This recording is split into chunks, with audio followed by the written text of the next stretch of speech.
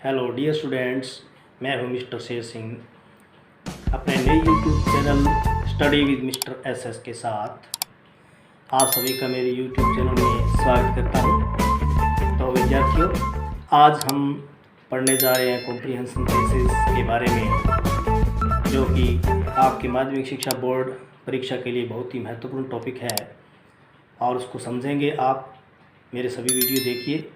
कल मैंने active passive voice के बारे में एक वीडियो डाला था और जो प्रत्येक कक्षा के विद्यार्थी के लिए बहुत ही महत्वपूर्ण टॉपिक है और यूज़फुल है, इसलिए आप उस वीडियोज़ को भी ज़रूर देखें। उसका डिस्क्रिप्शन लिंक में दिया हुआ है, उसको आप देख सकते हैं। डियर स्टूडेंट्स, आज हम क्लास 12th के इंग्लिश कंपलसरी पेपर के नए पैटर्न के अनुसार सेक्शन ए पर चर्चा करेंगे।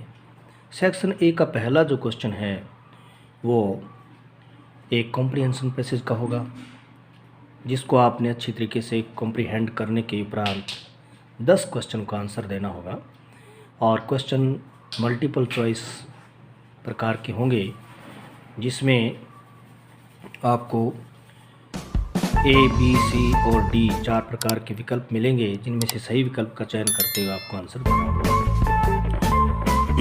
फॉर एग्जाम्पल, हम एक मॉडल पेपर का सेक्शन ए का क्वेश्चन फर्स्ट करेंगे, जिसमें गांधी जी की बायोग्राफी से संबंधित एक पैसेज दिया गया है।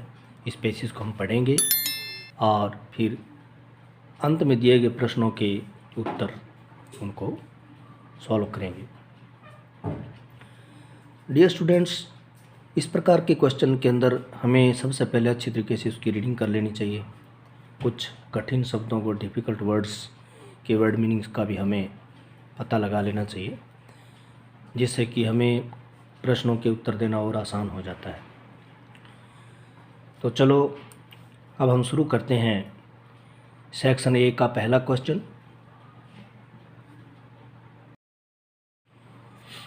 Read the passage given below and answer the questions that follows. Gandhiji was a first-class nurse to the sick. Where he picked up nursing was a mystery. He certainly did not pass through a nursing school. As in many other things, when nursing became necessary to him in life, he learned it by the hard way of experience.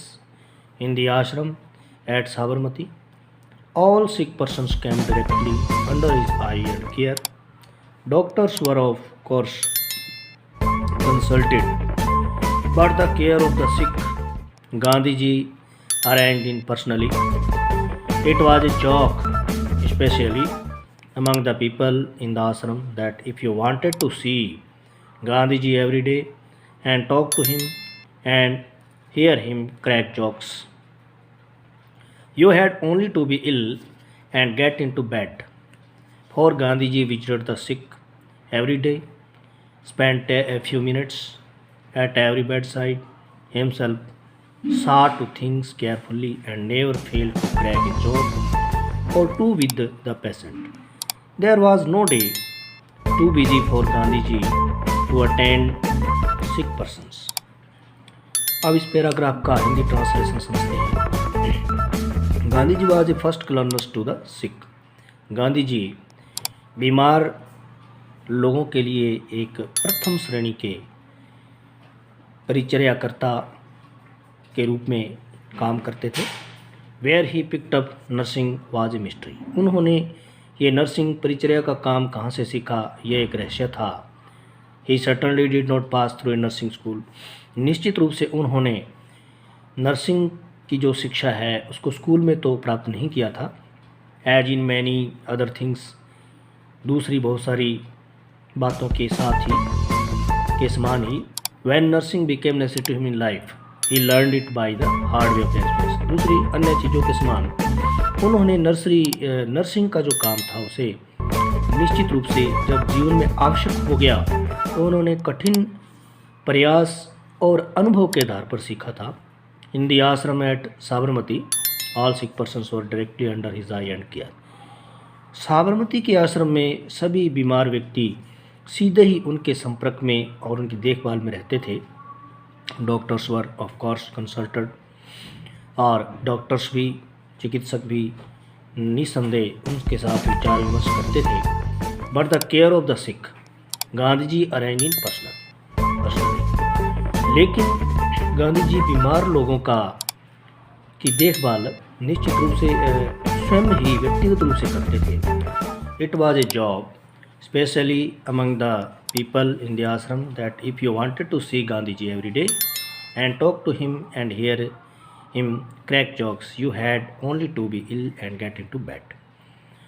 और ये एक चुटकुला बना हुआ था विशेष रूप से लोगों के बीच में जो आश्रम में रहते थे कि यदि आप गांधी जी से मिलना चाहते हैं और रोज़ाना बात करना चाहते हैं और उनके चुटकुले सुनना चाहते हैं, मजाक सुनना चाहते हैं, तो आपको सिर्फ बीमार होना होगा और बिस्तर पर रहना होगा. For Gandhi ji visited the sick every day, क्योंकि गांधी जी रोज़ाना बीमार लोगों की देखभाल करने के लिए उनके पास जाते थे, मिलते थे.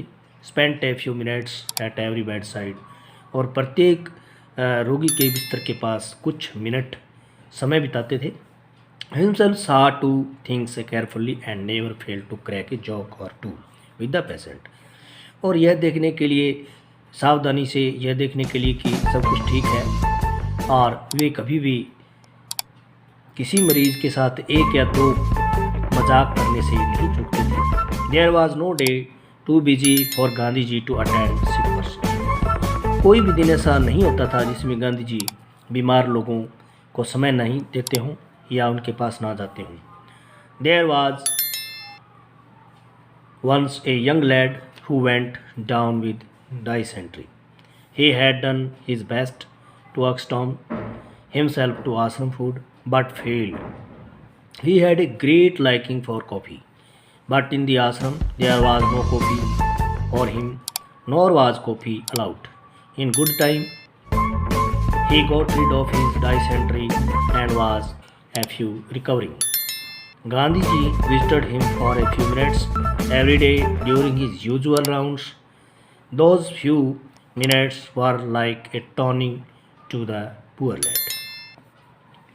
There was once a young lad who went down with dysentery.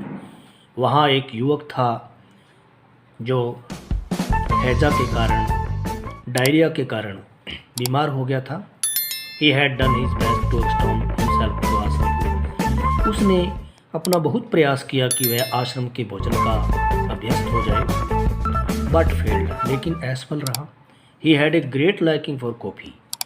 उसे कॉफ़ी बहुत पसंद थी. But in the ashram there was no coffee for him, nor was coffee allowed. लेकिन आश्रम के अंदर कॉफ़ी नहीं बनाई जाती थी और न ही वहाँ कॉफ़ी बनाने की इजाज़त थी. In good time he got rid of his dysentery and was a few recovering.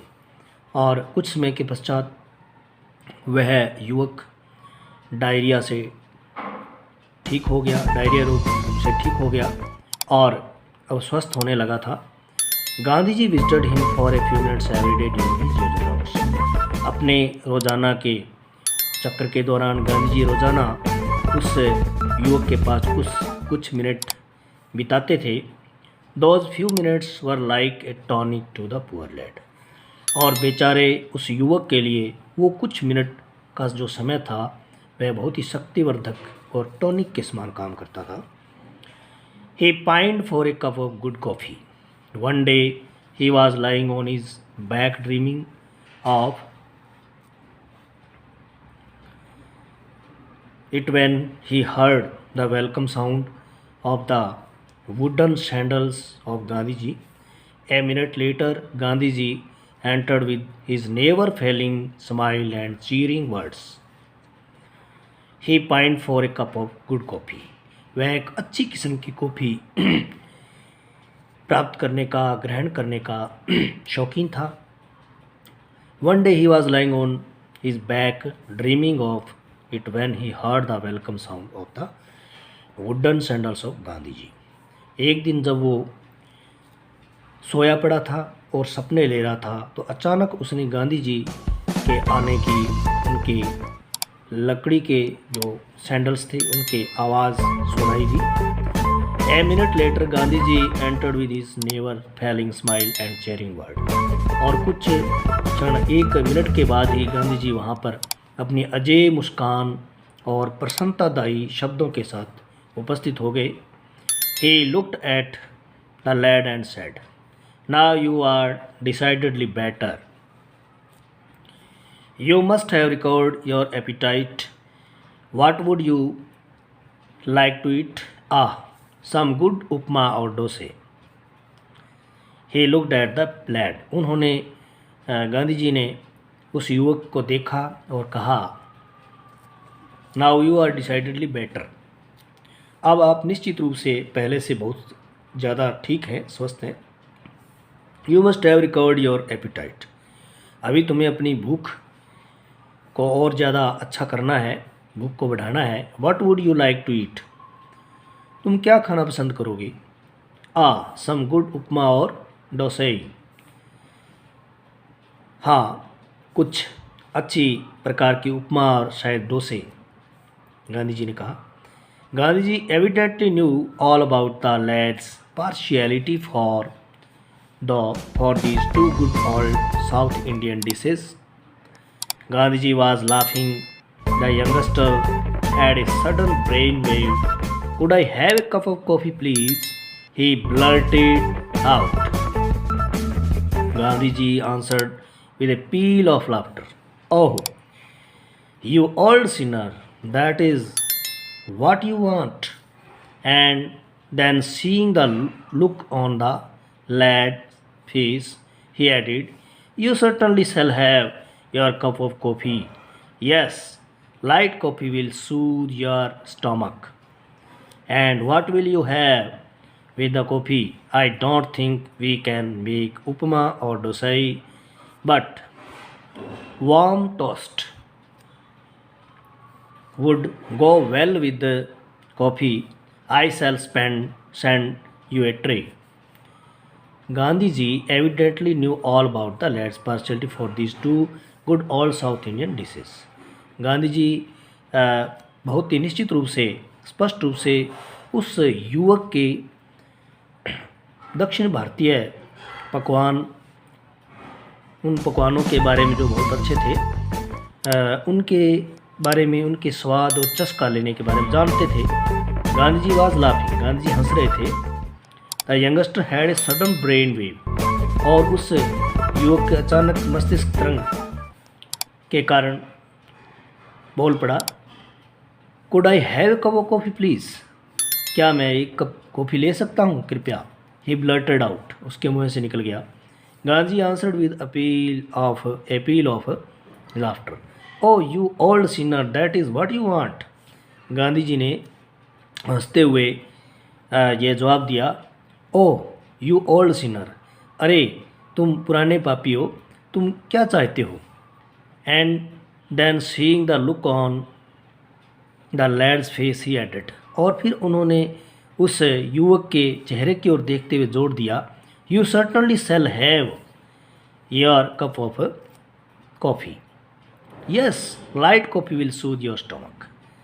तुम निश्चित रूप से लगता है कि एक कप कॉफ़ी ही लोगे. हाँ, हल्की कॉफ़ी तुम्हारे पेट की जो भूख है उसको शांत करेगी. And what will you have with the coffee? और तुम कॉफ़ी के साथ क्या लोगे, क्या लेना पसंद करोगे? I don't think we can make upma और dosai, but warm toast would go well with coffee. I shall send you a tray. And what will you have with the coffee? I don't think, मैं नहीं सोचता कि हम उपमा और डोसे बना सकते हैं, लेकिन एक गर्म सेकी हुई ब्रेड यानी टोस्ट, वो चाय के कॉफ़ी के साथ अच्छी चल जाएगी. I shall send you a tray. मैं तुम्हारे लिए एक ट्रे भेज देता हूँ. Gandhi ji cottage was at the other end of the ashram. Gandhi ji himself prepared the coffee because his wife was taking rest. It was an untimely hour. He did not want to give unnecessary trouble to anyone. Coffee was light but excellent. The young lad was troubled when he thought that he had given trouble to Gandhiji to prepare coffee and toast for him.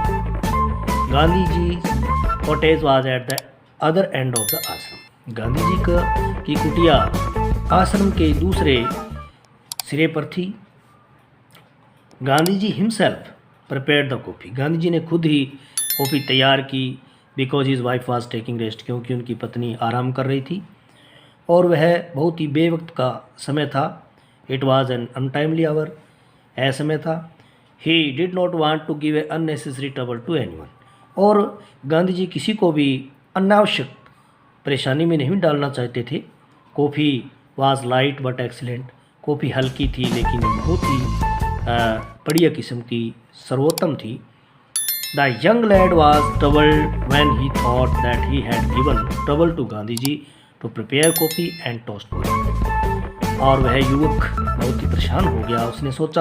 जब उसने सोचा कि मैंने गांधी जी को coffee तैयार करने के लिए और टोस्ट तैयार करने के लिए परेशान किया है. तो स्टूडेंट्स, अभी हमने पैसेज को अच्छी तरीके से पढ़ा और समझा. अब हम इसके कुछ एक्सरसाइज क्वेश्चंस करते हैं, सॉल्व करते हैं. Choose the correct answer from the passage and right it in the answer book. First question, what was a mystery. रहस्य क्या था, एक रहस्य क्या था. पहला ऑप्शन है इसमें A, Gandhi ji experience as a nurse. Gandhi ji का नर्स के रूप में अनुभव. Attend sick persons. C option meeting a young lad. D option liking coffee. तो स्टूडेंट्स, इसमें पहला जो ऑप्शन है Gandhi ji experience as a nurse, Gandhi ji का एक परिचारक के रूप में जो अनुभव है वो एक प्रकार से रहस्य था कि उन्होंने वह अनुभव, वह शिक्षा कहाँ से ली. Second question, what was the joke about Gandhi ji. Gandhi ji के बारे में क्या मजाक प्रचलित था. ए ऑप्शन है nursing. B option just be ill and get into bed. बीमार हो जाओ और बेड पकड़ लो. C option talking to people, लोगों से बात करना. डी लाफिंग विद पेशेंट्स, मरीजों के साथ हंसना. तो इसमें जो प्रश्न का सही ऑप्शन है स्टूडेंट्स वो है just be ill and get into bed, यानी बी ऑप्शन इसका सही हो जाएगा.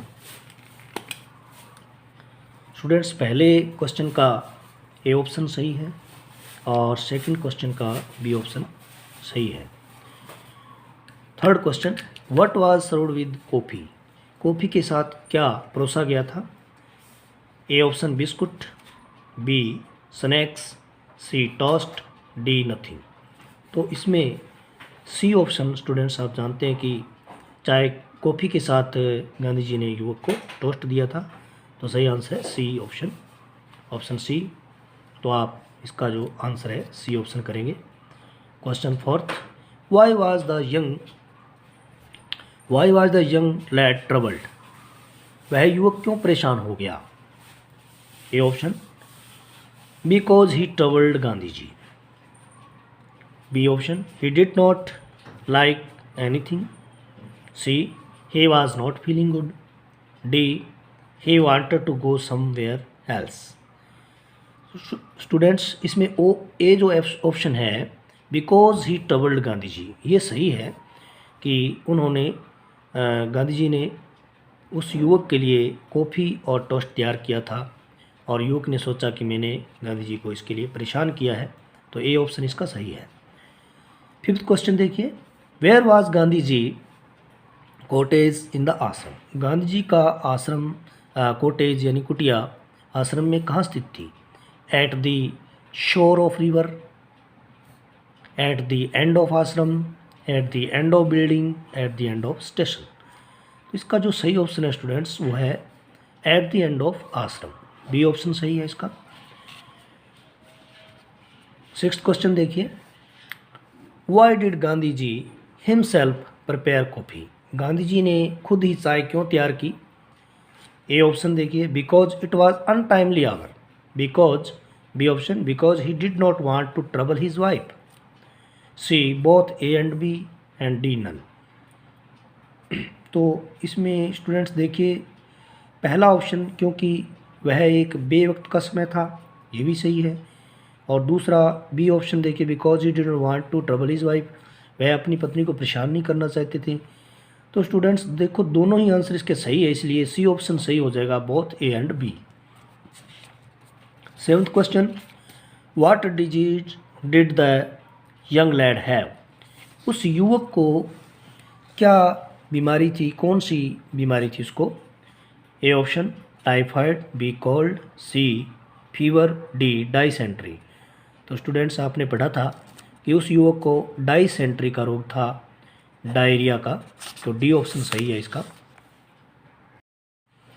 स्टूडेंट्स 8th क्वेश्चन देखिए, the coffee was light, A light, B strong, C both, D none. तो स्टूडेंट्स आपने पढ़ा था कि जो कॉफ़ी बनाई थी वो बिल्कुल एक्सीलेंट थी और लाइट थी, तो ए ऑप्शन इसका सही है। 9th question, what is the right word for being used to, being used to यानी अभ्यस्त होना, इस शब्द का अर्थ देने वाला शब्द कौन सा है, सही शब्द कौन सा है? तो ए ऑप्शन देखो, ए सर्टनली है, बी एविडेंटली, सी पार्शियलिटी, डी एक्सटॉम्ड। तो स्टूडेंट्स डी ऑप्शन इसका सही है, जिसका अर्थ होता है अभ्यस्त होना या आदि होना। 10th क्वेश्चन और इस पेसिस का last question, choose the right word for the desire for food, भोजन करने की इच्छा, इस शब्द का अर्थ देने वाला सही ऑप्शन चुनिए। तो इसमें ए ऑप्शन है एपिटाइट, बी डिलीशियस, सी टेस्टी, डी टॉनिक। तो स्टूडेंट्स इसका सही ऑप्शन है एपिटाइट यानी भूख, बी स्वादिष्ट होता है, टेस्टी और स्वादिष्ट इसका अर्थ है, और डी जो टॉनिक शब्द है इसका शक्तिवर्धक होता है, इसलिए सही ऑप्शन है भूख यानी एपिटाइट। तो स्टूडेंट्स इस प्रकार से हम पैसेज को ध्यानपूर्वक पढ़ेंगे और समझने के बाद में सही जो सभी क्वेश्चन दिए गए हैं 10 क्वेश्चन आएंगे कॉम्प्रिहेंसिव बेसिस के साथ, उन क्वेश्चंस को हल करेंगे और उनके सही उत्तर अपनी आंसर शीट में लिखेंगे। तो डियर स्टूडेंट्स, अब मैं उम्मीद करता हूँ कि आपने इस पैसेज को ढंग से समझा होगा, पढ़ा होगा और प्रश्नों के उत्तर समझ गए होंगे, और ऐसे ही आप अन्य कॉम्प्रिहेंशन पैसेज की को भी हल कर पाएंगे, ऐसी उम्मीद करता हूँ मैं आपसे। Thank you.